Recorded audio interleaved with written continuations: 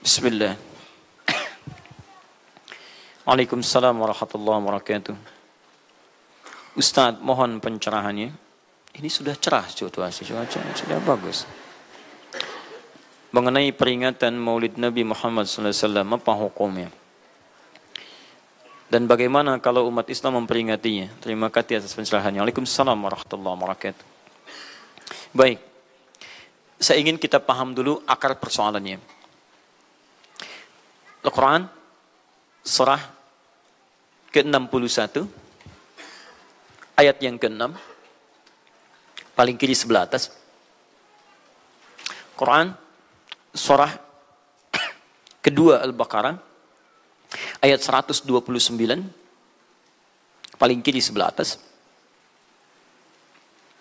Kemudian Al-Quran surah Yunus 10 ayat 57 sampai 58. Ditutup dengan At-Taubah di dua ayat terakhir. Taib. Sudah? Sekarang saya ingin coba kita membiasakan dulu untuk menilai sesuatu dengan penilaian secara ilmiah yang bersumber pada dalil-dalil yang ada, tidak sekedar menganalogikan dan main tebak-tebakan. Itu nggak baik dalam menyimpulkan hukum. Ya. Bismillah. Sekarang secara akademis, secara ilmiah, membahas sesuatu oleh para ulama diposisikan dulu, dispesialisasikan dulu dalam bentuk ta'rif namanya, definisi. Jadi kalau Anda ingin membahas sesuatu, kita harus sepakat dengan definisinya dulu. Ya, disebut dengan ta'rif. Ta'rif ini harus punya sifat jami' mani'. Jami' menghimpun semua unsur yang akan didefinisikan. Mani' mengeluarkan segala hal yang tidak terkait dengan definisi, sehingga pembahasan kita akan fokus pada hal yang akan dibincangkan. Awas, hati-hati. Kita ingin berbicara tentang sesuatu, tapi kita tidak sepakat dengan definisinya. Bagaimana bisa menyimpulkan hukumnya? Dan kelemahan orang-orang sekarang, ketika berbicara hukum, dia tidak tahu apa yang dibincangkan. Sekarang misal, kita akan bertanya tentang maulid. Apa hukumnya maulid? Kita harus sepakati dulu apa itu maulid. Awas, ini penting ini. Banyak masalah yang muncul sekarang, tapi tidak disepakati tentang ini. Banyak orang bahas tentang hukum musik. Hukum musik begini-begini. Begitu saya tanya apa itu musik, bingung dia jawab. Apa itu musik? Anda mesti sepakat dulu musik itu apa. Di zaman Nabi apa yang disebut dengan musik. Zaman sekarang apa yang disebut dengan musik. Ketika Nabi menyampaikan hukum musik, apa yang dimaksudkan oleh musik di situ. Kalau antum paham tentang definisinya, maka keluarkan turunan hukumnya. Maka lebih mengerti di situ. Nah sekarang maulid. Apa itu maulid? Sekarang begini. Maulid atau maulud? Mana yang benar? Bukan Allah alam, harus dicari kita. Mana maulid atau maulud? Antum sibuk menilai, ini maulid tidak benar. Oh, jadi yang benar maulud. Maulud juga tidak benar. Masya Allah. Apa maulid? Apa maulud? Baik, lihat. Kalau disebutkan maulid, itu waktu kelahiran. Waktu kelahiran. Awas, hati-hati nih ya, hati-hati. Ada kemarin saya lihat tulisan begitu bersemangat, Masya Allah, panjang-panjang nulis, ternyata salah paham, pahamnya salah. Ya. Maulid itu ulang tahun, bukan ulang tahun maulid itu. Bukan ulang tahun, bukan peringatan ulang tahun maulid itu. Ingat baik-baik, kalau pakai peringatan itu pakai Idul Milad, ya, hari kelahiran, peringatan hari kelahiran, ulang tahun. Tapi kalau cuma maulid itu waktu kelahirannya. Awas, hati-hati ya, hati-hati dalam memahami sesuatu. Kita masih detil dan jeli dalam memahaminya. Jadi kalau disebutkan maulid itu waktu kelahirannya.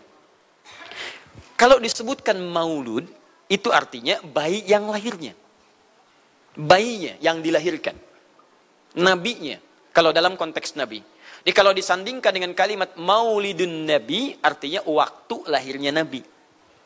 Jelas ya? Kalau maulud Nabi itu artinya nabinya, nabi yang dilahirkan. Jelas? Saya ulang, maulid apanya? Waktunya. Kalau maulid Nabi artinya apa? Waktu Nabi dilahirkan. Baik, maulud artinya apa? Nabinya. Kalau maulud Nabi artinya apa? Nabinya yang lahir. Jelas sampai sini? Sudah. Ya, selesai pembahasan secara bahasanya. Nah sekarang, apa hukumnya maulid Nabi? Maulid Nabi nggak ada hukumnya. Karena waktu lahirnya Nabi, bagaimana kita bisa melekatkan hukum pada waktu lahirnya Nabi? Lahir ya lahir. Jelas ya? Ustadz, apa hukumnya maulid Nabi? Antum kenapa? hukumnya waktu lahirnya antum? Hah? Antum lahir apa hukumnya? Kapan antum lahir? Ustaz, kapan antum lahir? 11 September. Apa hukumnya? Apa hukumnya? Apa hukumnya saya lahir? Lahirnya lahir. Jelas ya? Jadi kelahiran seseorang itu nggak ada hukumnya. Qadar Allah yang menjadikan dia terlahir. Dan dengan kelahiran itu dia punya misi dalam kehidupan. Mencari bekal untuk kembali kepada Allah subhanahu wa ta'ala. Jadi kalau bertanya hukum kelahiran seseorang, lahirnya lahir. Nggak ada hukumnya di situ. Paham ya? Hukum itu terletak pada perbuatan seseorang, bukan pada kelahiran seseorang. Ketika dia berbuat dengan aspek kesadarannya, maka muncul hukum di situ. Awas, antum pun mesti belajar tentang hukum. Jangan salah menyebutkan hukum. Hukum terletak pada perbuatan, bukan pada benda, dan bukan terletak pada waktu. Jadi ketika ada perbuatan melekat pada benda dan waktu itu, maka muncul hukum. Apa hukum gelas? Halo? Tidak ada hukumnya. Tapi kalau menyebutkan apa hukum gelas yang menampung kemudian barang yang haram yang digunakan gelas ini melakukan perbuatan haram, baru muncul haram. Apa hukumnya gelas yang digunakan untuk melempar orang lain? Haram hukumnya. Apa hukumnya gelas yang digunakan menampung air minum untuk diminum dalam keadaan yang sehat? Sunnah hukumnya. Jelas ya? Apa hukumnya golok? Golok digunakan apa? Kalau digunakan menyembelih hewan kurban, maka jadi sunnah hukumnya. Kalau golok digunakan untuk menyakiti orang lain, mengancam. Siapa nama kamu? Masya Allah pakai golok. Ya, hati-hati. Nah itu haram hukumnya. Jadi benda terletak kepada, maaf, perbuatan yang melekat kepadanya. Apa hukumnya hari kelahiran? Hari kelahiran gak ada hukumnya. Yang melekat hukum itu bagaimana menyikapi hari kelahiran itu. Itu poinnya. Paham ya? Ketika ada perbuatan melekat kepadanya, maka di situ ada hukum. Maulud itu bayinya, berarti nabinya. Apa hukum maulud? Apa hukumnya nabi? Nabi yang lahir gak ada hukumnya. Jadi kalau Anda menolak maulud dengan pengertian seperti ini, maka Anda keluar dari Islam. Kalau dalam hukum seperti ini, saya menentang maulid Nabi, berarti Anda menentang kelahiran Nabi SAW. Saya menentang maulud Nabi, berarti Anda berhadapan dengan Nabi, Anda musuh Nabi. Jadi kalau Anda dimaksudkan dengan kata maulud dan maulid, Anda tidak bisa menentangnya, bisanya menerima. Saya menerima. Menerima. Kenapa? Karena dalam pengertian bahasa, maulid itu artinya waktu kelahiran. Maulud artinya nabinya. Jangankan saya, siapa saya dibandingkan Nabi Isa alaihissalam? Nabi Isa itu hidup 600 tahun sebelum Nabi Muhammad SAW dilahirkan. Nabinya belum ada. Nabi Isa sudah ada. Tiba-tiba umatnya menduga Nabi terakhir itu Nabi Isa. Karena Nabi Isa punya sifat yang mirip di ramalan kitab yang mengatakan Nabi terakhir itu punya sifat baik dengan masyarakat lingkungan sosialnya. Dan Nabi Isa itu lembut luar biasa. Jangankan pada manusia, pada hewan pun itu lembutnya luar biasa. Jalan dengan muridnya. Di perjalanan kemudian ada aliran anak sungai melihat bangkai hewan. Sudah jadi bangkai, baunya luar biasa. Kata muridnya, guru, bau sekali bangkai ini. Kata Nabi Isa alaihi salam, Al-Masih, yang disebut oleh sementara orang dengan Yesus, itu Nabi, bukan Tuhan. Nabi beliau mengatakan, kata Nabi Isa, perhatikan, begitu putih sekali dan bersih giginya. Kata muridnya, Tuan Guru, kenapa Anda mengatakan demikian? Kata Nabi Isa, karena manusia hanya akan menyampaikan apa yang ada dalam benak pikirannya. Jadi kalau pikiran Anda kotor, Anda akan melihat bangkainya saja. Tapi kalau pikiran kita baik, kita akan mencari yang terbaik dari hewan itu. Bukankah dia ciptaan Allah? Bukankah dalam setiap ciptaan ada hikmah dan kebaikan? Perhatikan bagaimana putih bersih giginya. Jadi kalau bangkai saja bisa menjaga kebersihan gigi, kenapa kamu yang masih hidup tidak mesti? Ya minimal, kamu jaga perasaan.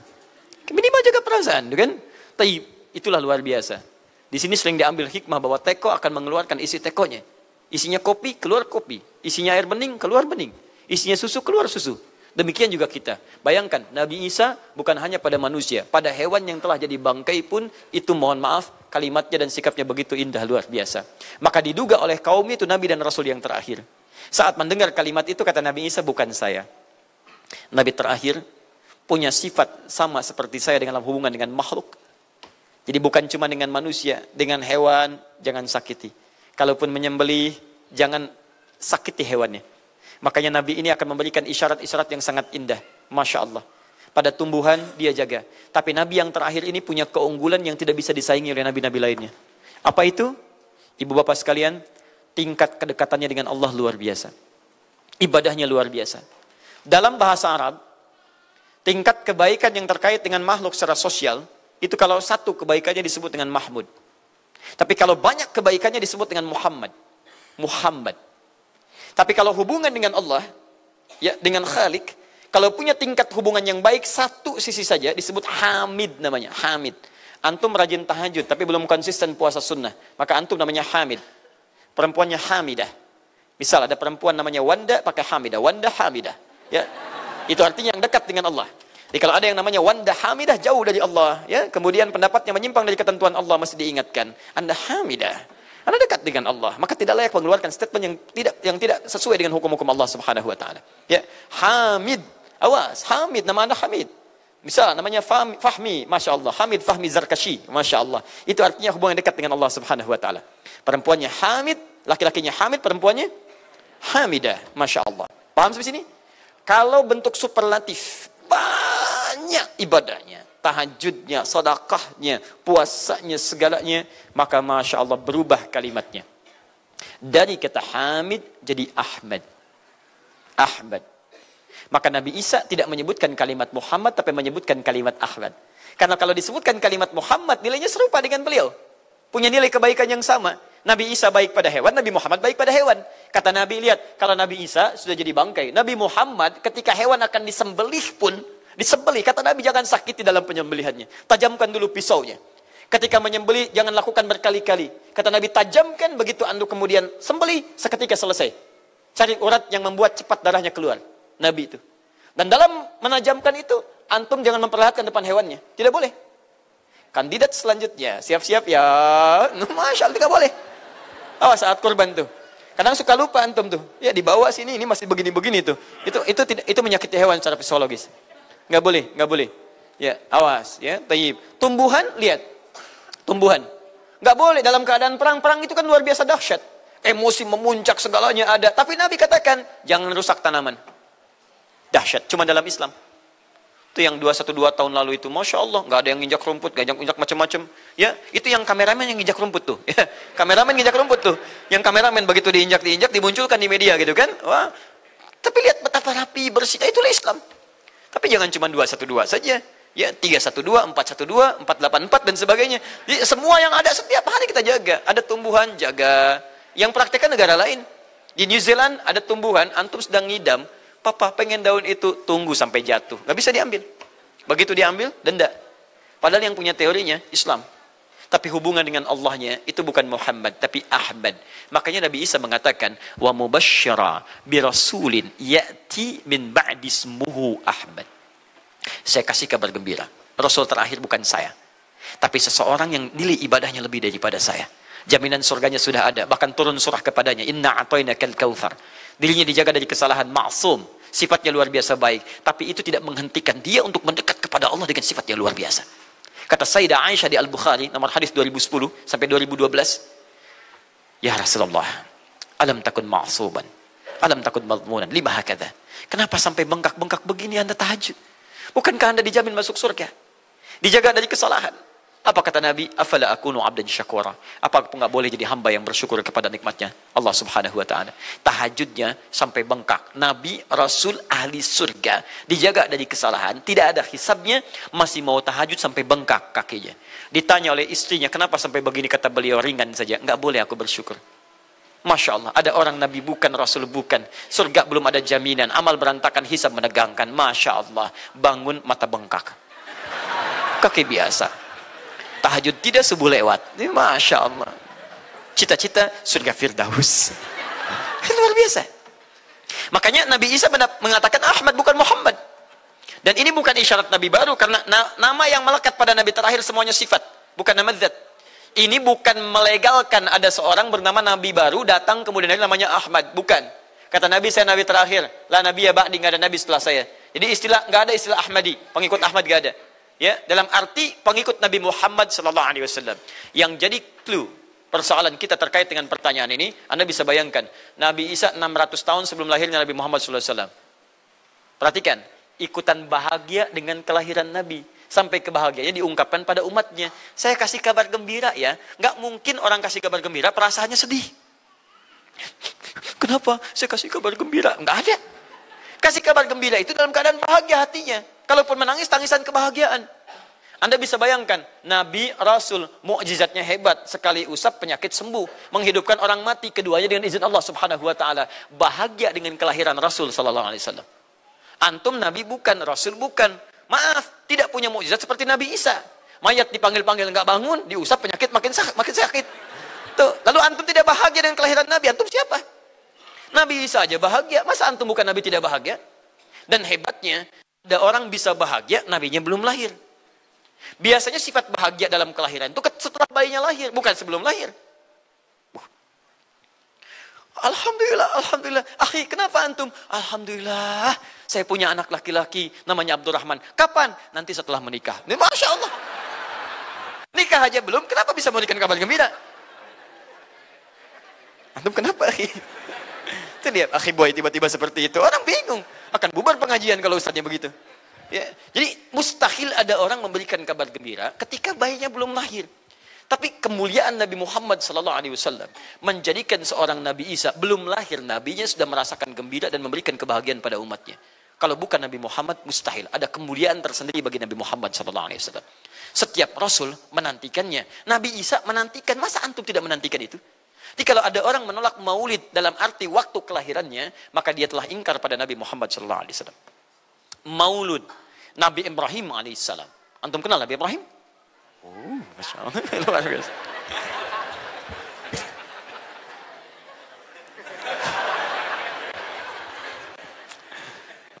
Dimanapun Anda berada, memang hari ini banyak orang berkumpul di Monas untuk bermunajat kepada Allah. Tapi tidak harus menjadikan kita menjadi tidak fokus. Di sini ada yang kenal Nabi Ibrahim. Alhamdulillah. Nabi Ibrahim, Nabi Ismail alaihi wassalam, keduanya meninggikan bangunan Ka'bah. Setelah selesai bangunan Ka'bah ditinggikan, keduanya berdoa di samping Ka'bah. Apa doanya? Doa maulud. Lahirnya, bayinya. Nabi terakhir yang lahir di samping Ka'bah, yang ditinggikan oleh keduanya. Ya. Wa idh yarfa'u Ibrahimul qawa'ida minal baiti wa Ismail, ayat 127-nya.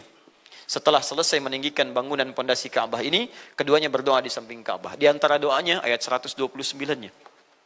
Rabbana wab'ath fihim rasulan minhum yatlu 'alaihim ayatika wa yu'allimuhumul kitab wal hikmah wa yuzakkihim innaka antal azizul hakim.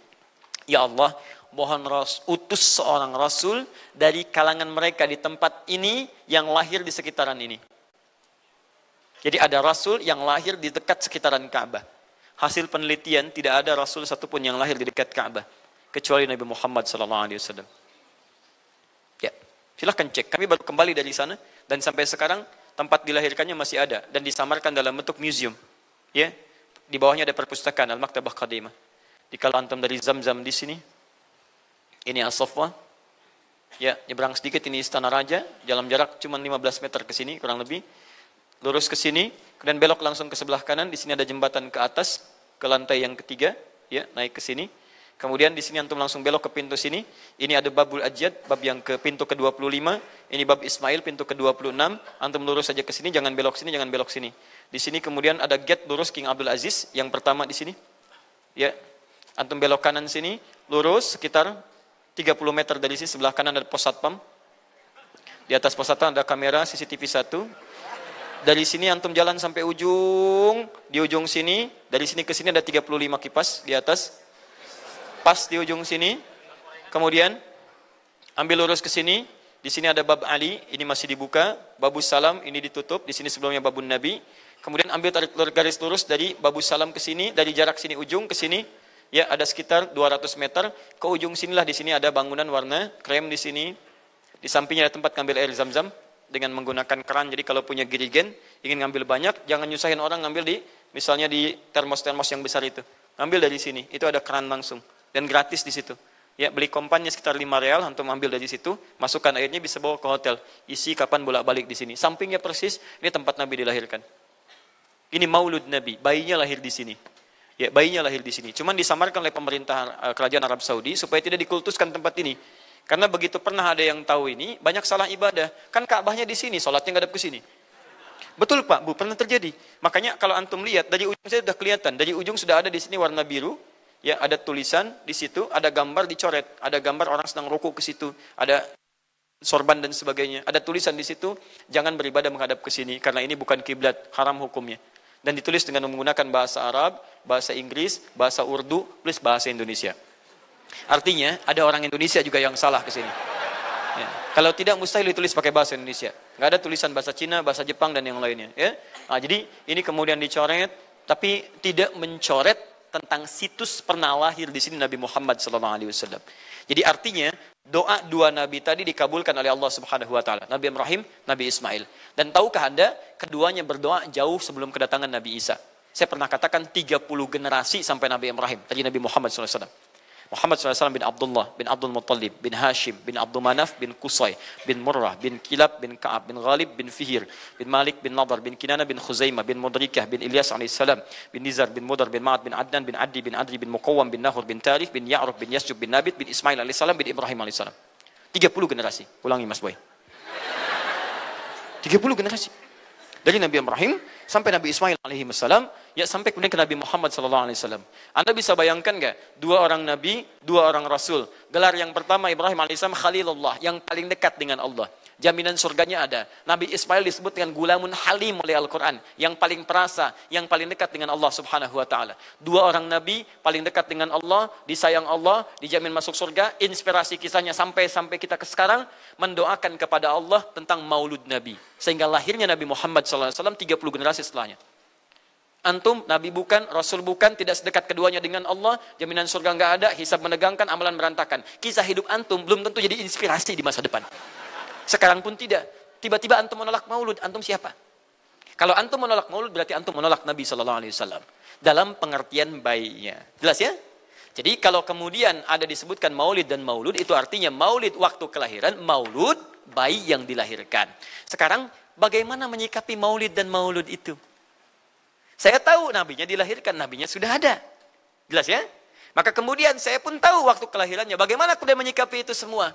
Maka Masya Allah, Quran surah ke-11 tadi, 10 tadi, Yunus, ayat 57 sampai 58.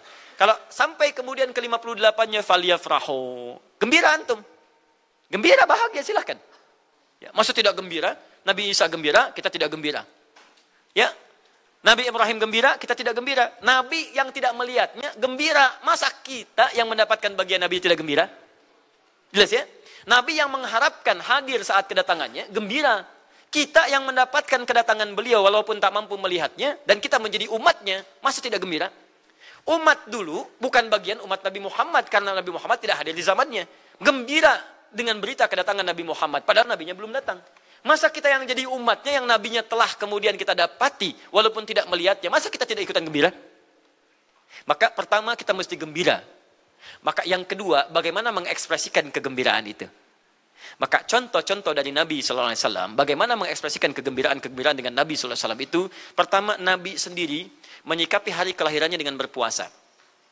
Di hari Senin. Jelas ya? Ini bagi Nabi sendiri pribadinya. Nanti jadi hukum untuk kita. Maaf saya akan tafsirkan lebih luas karena ini jadi hukum-hukum turunan.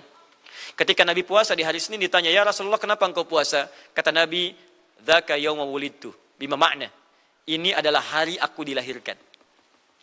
Hari aku dilahirkan. Jadi ini hukum kelahiran. Kalau antum misalnya masuk pada hari dilahirkan, boleh antum ikuti sunnah Nabi SAW. Apa sunnahnya? Puasa. Puasa. Kenapa puasa? Nabi SAW mencontohkan puasa. Hari Senin beliau puasa. Ketika antum puasa Senin, bukan cuma puasa sunnah, tapi ada nilai di situ.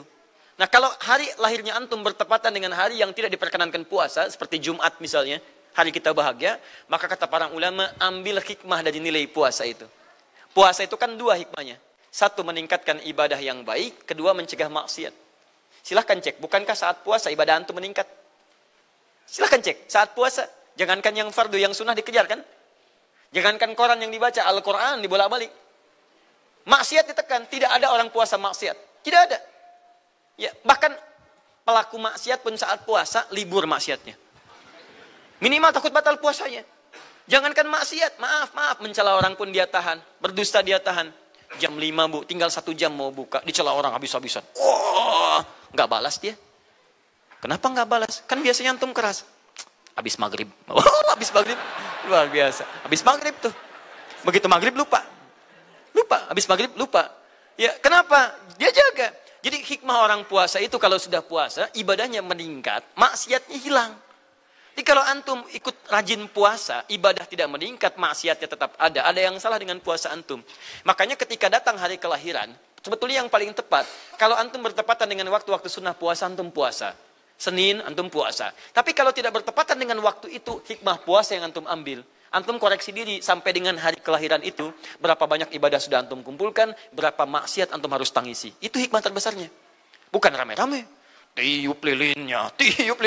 Masya Allah, lilin ditiup, maksiat terus muncul. Apa faedahnya? Kasihan lilin tuh, udah dibakar, ditiup, dengan antum yang salah. Paham ya, teman-teman sekalian? Nah, sekarang bagaimana para sahabat menyikapi kelahiran Nabi sallallahu alaihi wasallam, kedatangan Nabi sallallahu alaihi wasallam, dan menyikapi keberadaan Nabi sallallahu alaihi wasallam. Bukan cuma lahirnya, tapi setiap kedatangannya. Nabi datang dari Madinah, dari Mekah ke Madinah disambut oleh para sahabat yang ada di sana. Nabi datang dengan perang Tabuk, dari perang Tabuk disambut oleh para sahabat di sana. Tala al-badru alaina min thaniyatil wada'i, wajaba syukru alaina bada'alillahi da'i. Masya Allah, disambut dengan madid. Bukti kesenangan mereka kepada Nabi sallallahu alaihi wasallam. Ada yang memuji Nabi sallallahu alaihi wasallam seperti Hasan bin Thabit, buat puisi-puisi memuji Nabi. Seperti Zuhair bin Abi Salma, tadinya musuh Nabi, begitu masuk Islam memuji Nabi sallallahu alaihi wasallam. Ada yang lagi kemudian menghormati Nabi dengan kedatangannya, dengan mengikuti Nabi kemanapun. Nabi mencontohkan, amalkan. Nabi mengajarkan, ikuti. Masya Allah. Begitu Nabi meninggal, diabadikanlah kemudian nilai-nilai penghormatan itu. Ada yang menulis sejarah tentang Nabi. Ada yang menulis pujian kepada Nabi dalam bentuk sholawat. Ada yang menulis tentang amalan-amalan Nabi. Ada yang menulis tentang pengajaran-pengajaran Nabi. Dikumpulkan dan sampailah itu kemudian kepada kita semuanya. Dan itulah cara terbaik menyikapi tentang maulud dan maulid. Apa cara terbaiknya? Keluarkan ayat-ayat Qur'annya. 1. Quran surah ke-33 ayat 21-nya. Laqad kana lakum fi Rasulillahi uswatun hasanah. Sungguh ada pada diri Nabi sallallahu alaihi wasallam suri teladan terbaik untuk kita. Maka jika antum misalnya hadir momentum kelahiran Nabi sallallahu alaihi wasallam, maaf, biasanya kalau ada momentum-momentum tertentu orang bersemangat untuk mengingatnya. Silahkan cek. Hari pahlawan, ingat para pahlawan. Hari pahlawan berakhir, tidak ingat lagi. Hari kemerdekaan, ingat sampai pinang dipanjat-panjat. Begitu dipanjat, kenapa panjat pinang? Masya Allah, menghormati pahlawan. Hari pahlawan sampai naik panjat pinang. Luar biasa. Ada yang tarik tambang, ya, menghadirkan energi para pahlawan. Antum bisa bayangkan, momentumnya ada. Begitu hilang itu semua, tiba-tiba hilang lagi kemudian ingatan kita. Artinya, selalu ada momentum untuk mengajak kita mengingat sesuatu. Begitu Ramadan, ingat lagi amalan. Hilang Ramadan, hilang lagi kemudian amalan.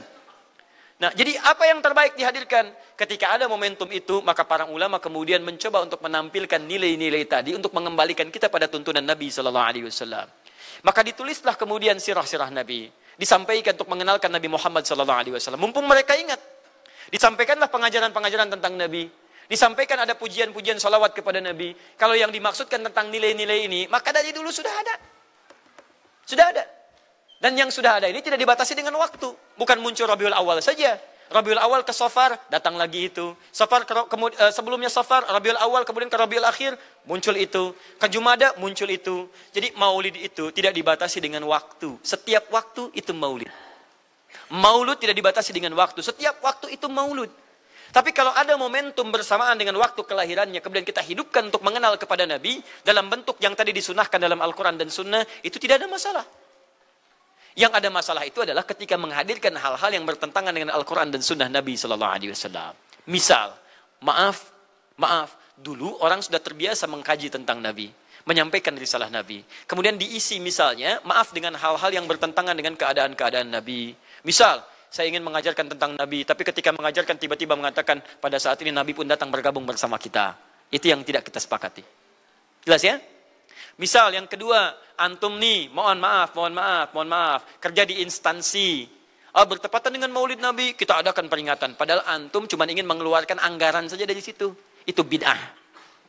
Bid'ah.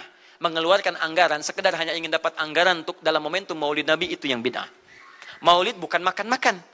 Jadi kalau antum mengadakan Maulid Nabi hanya sekedar untuk makan-makan, itu yang bid'ah. Tapi kalau antum ingin belajar menghadirkan momentum itu untuk mengisi ta'lim, sama aja dengan ta'lim kita sekarang. Apakah ada hadis Nabi mengatakan ta'lim khusus di hari Ahad jam 8 pagi sampai jam 10? Tidak ada. Jadi ta'lim kita bid'ah ini. Jadi kalau antum pahami setiap yang tidak ada contohnya itu bid'ah, Masya Allah, maka akan ada banyak bid'ah dalam kehidupan.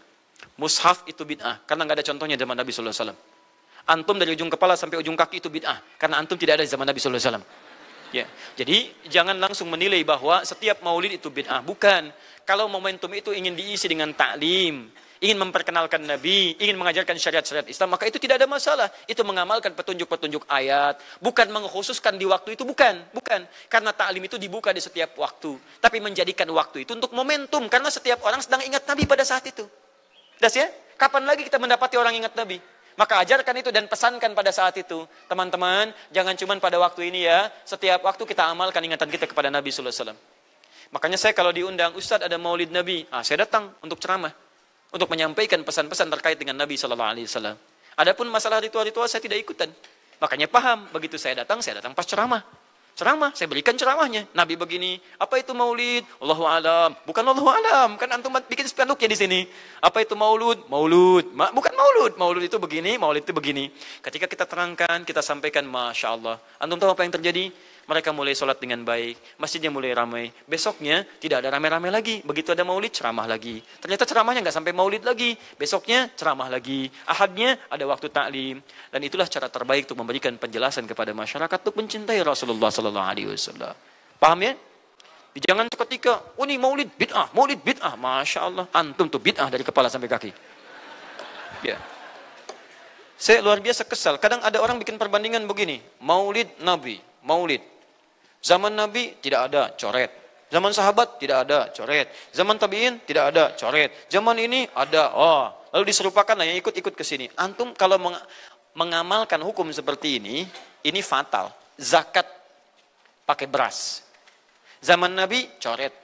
Zaman sahabat coret. Ya, zaman tabi'in coret. Zaman ulama coret. Zaman antum ada bid'ah antum. Cara menyimpulkan hukum bukan seperti ini.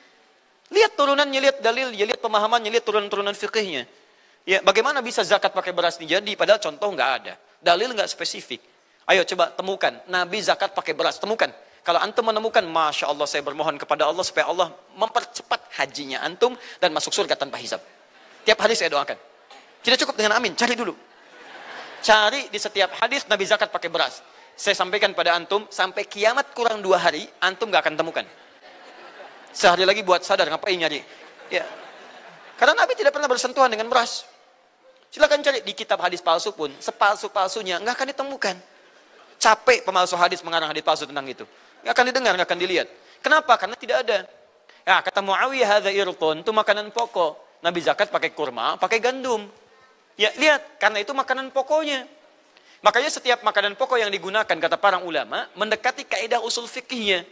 Lihat, kaidah usul fikih diambil di sini.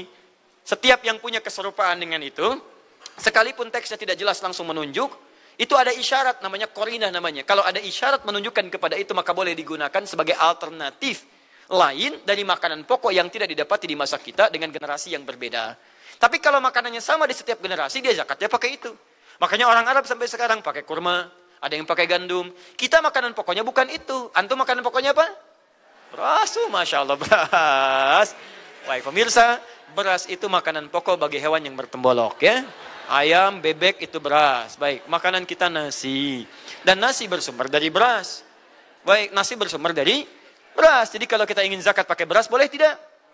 Nah, lihat bagaimana cara pendekatannya. Dalil belum ditemukan aslinya. Seperti maulid tadi, menyikapi dengan taklim macam-macam, nggak ada nas aslinya. Tapi korinahnya ditemukan, sama-sama makanan pokok, sama-sama taklim, sama-sama meminta untuk ikut ajaran, sama-sama mereka ingat tentang Nabi SAW.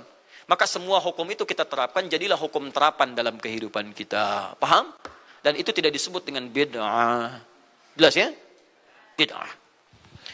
Alhamdulillah. Tapi kalau yang rame-rame tadi, yang tidak jelas ya, hanya menghabiskan anggaran, makan-makan tidak karuan, meyakini ini itu dan sebagainya, saya tidak sepakat dengan itu. Saya tidak sepakat. Allah Ta'ala alam bisawab.